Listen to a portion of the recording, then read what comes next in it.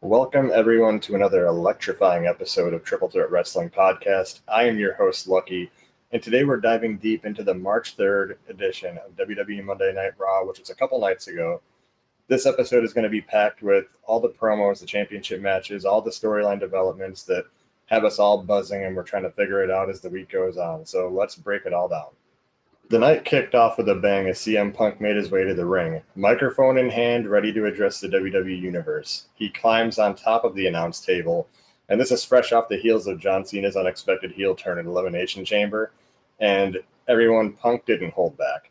He launched into a fiery, expletive-laden tirade targeting both John Cena and The Rock, labeling them as bald frauds and questioning their commitment to the wrestling business. Punk's promo didn't stop there. He shifted his focus to Seth Rollins, blaming him for his recent setbacks and ominously threatening to put him in a wheelchair. Folks, I am so excited about this feud. I mean, it's reaching its peak, but then it goes higher and it goes higher, and the hatred is there. My thing is, if this is not the WrestleMania match, then and they're going to blow it off in the cage at Madison Square Garden next week, does Punk cash in his favor and get himself into the main event of WrestleMania? Obviously, if they're going with Rollins and Punk at Mania, they wouldn't have him fight here in Madison Square Garden. I still think the plan is for Roman to come back, possibly at Raw in Madison Square Garden. And I think he's going to enter the cage and he's going to drop Rollins and set up that match.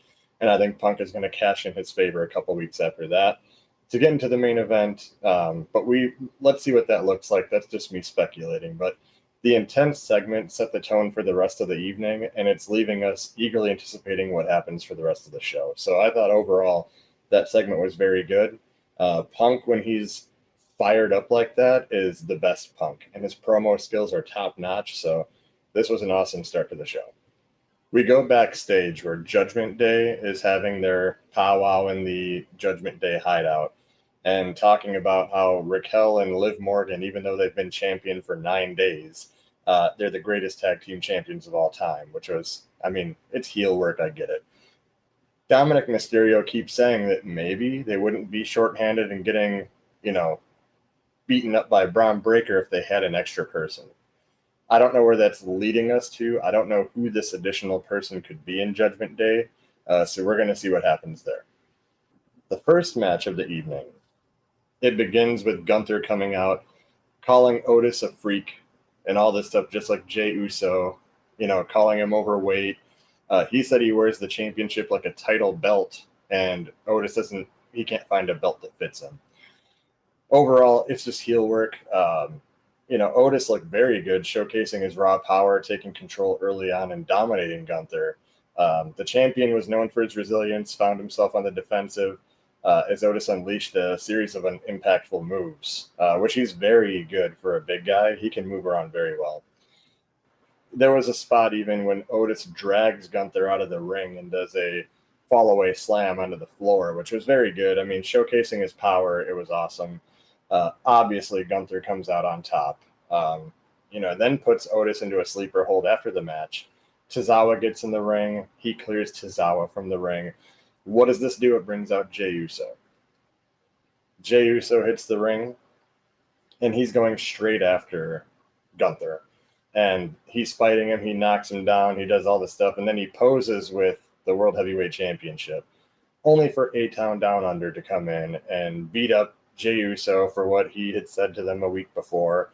I'm not excited to see A-Town Down Under anywhere near this, but anyway, it sets up Jey Uso to get put in a sleeper hold by Gunther, and he actually passes out. So good heat from some heels, getting the better of Jey Uso, but I really hope that we kick this feud into the next gear, because at the rate it's going, Gunther and Jey Uso can get stale very fast.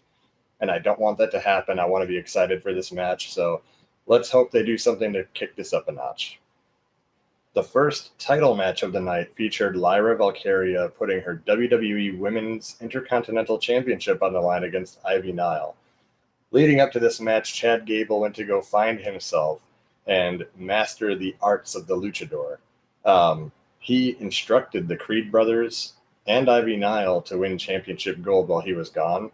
So going into the match, we're wondering if Ivy Nile's going to win it. Both competitors showcased their athleticism and technical prowess. It delivered a match that, had me on the edge of my seat. I thought it was very good. Despite Nile's relentless offense, Lyra Valkyria's resilience prevailed, especially with that knee injury she was selling, and she still came out on top and retained the championship. This is one of those title defenses that I think adds a little bit of prestige to the title because Lyra was a fighting champion. She fought through the knee pain, and she ended up coming out on top. I really kind of thought Ivy Nile would win it here just to bring gold back, to the American Made. But we'll see. Did the War Raiders do it? Let's find out. Karrion Kross cuts a promo with AJ Styles and basically, doing his whole mind trickery on AJ, and AJ Styles pretty much says he's going to call out Logan Paul next week.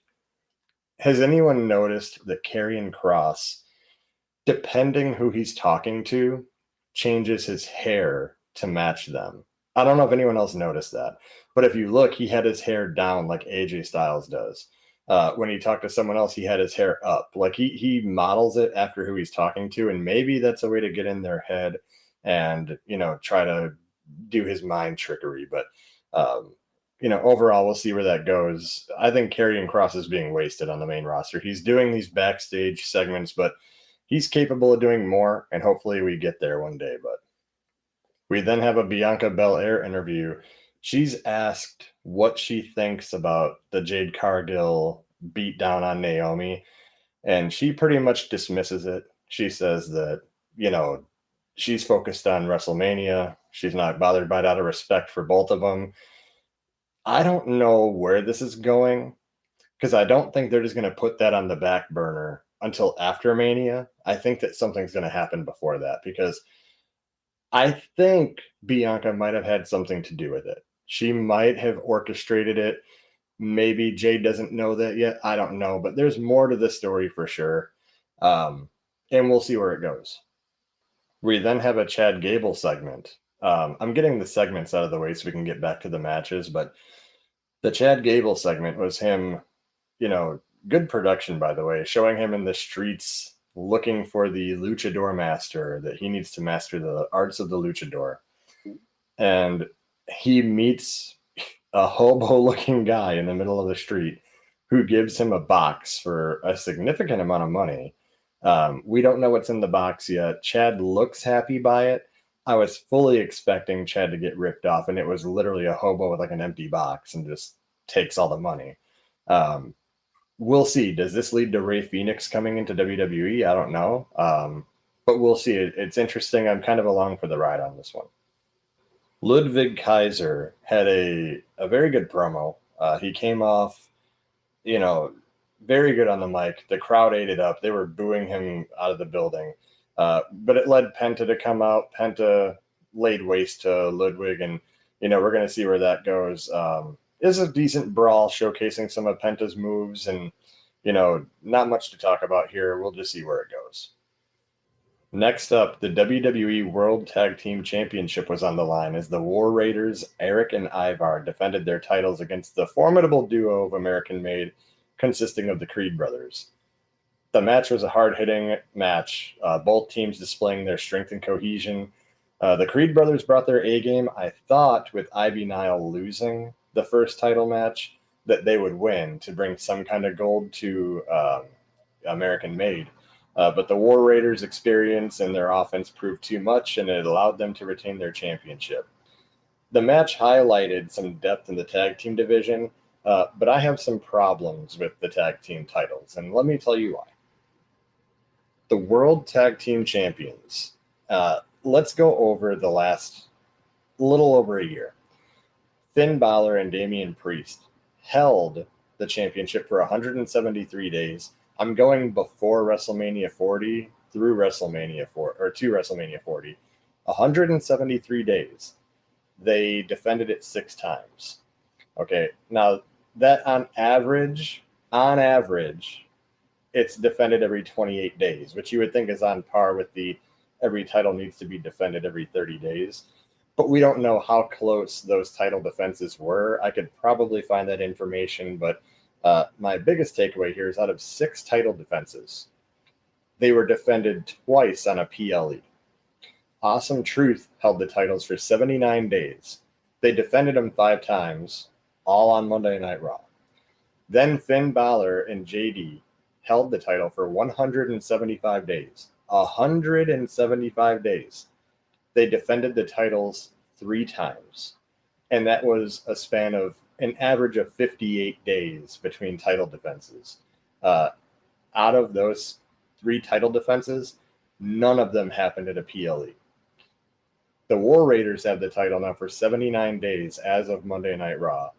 They've defended it 3 times. Again, it's about an average of 26 days between title defenses. None at a PLE. So the World Tag Team Championship has not been showcased on a PLE since WrestleMania 40. And it's almost WrestleMania 41. So, I mean, the tag team division we think is stacked, and these titles mean something since WrestleMania 40. We're not even defending them at PLEs. And we're holding them for so long with minimal title defenses. I mean, it's just crazy. I mean, out of a total of 506 days between the 4 tag teams, 506 days, the titles were defended 17 times. Out of 500 days. If these tag team titles mean something, we need to put more focus on them, and we'll see where it goes. And actually, this isn't a Raw thing, but while we're talking about the tag team division real quick, okay, the WWE Tag Team Championship. Now, is that a different story? Is that tag team title more prestigious? Is it being defended more? A-Town Down Under held the titles for 90 days. They defended them 2 times. That's a span of 45 days between title defenses. None at a PLE. DIY then held the titles for 28 days, defended them twice. So that's good. Every 14 days they're defending the title. None at a PLE. Then Tama and Tonga won the titles. They held them for 84 days, defended them 3 times, which is about 28 days in between title defenses. None at a PLE. Do we see a trend here? Motor City Machine Guns held the title then for 42 days. They defended him twice, which is every 20 days between title defenses. 0 times defended at a PLE. DIY has now held the titles for 89 days as of last week's SmackDown. They've defended them 3 times. That's a span of 29 days in between title defenses. 1 time defended at a PLE, and that was at the Royal Rumble. So from WrestleMania 40 to Royal Rumble, we've had 1 tag team championship title match out of both tag team championships at a PLE. Those deserve to be more prestigious, and we need to treat them as such, and they need to be defended. Every PLE is like a 4-match affair, and it's crazy.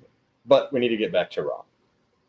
Jey Uso cuts an interview backstage. He's asked what he thinks about what happened. I mean, he was choked out on Raw. Jey Uso has a passionate interview. He said everyone thinks he can't do it. It's making him question himself, but he's going to prove he can do it. He's going to come back stronger. And then he went out into the Buffalo cold with no shirt on. That was the big focus from the interviewer. So, we'll see where it goes. Like I said, Jey Uso needs to be fired up, but we need to take that feud to the next level, and we're going to see what that looks like. This all brings us to the main event, the Women's World Championship. The main event of the evening featured Rhea Ripley defending her WWE Women's World Championship against Io Sky. The match was a showcase of contrasting styles between Ripley's power versus Sky's agility. It was a very good match. Io Sky is very good. In a surprise turn of events, Io Sky managed to outmaneuver Ripley, securing the pinfall victory and capturing the Women's World Championship.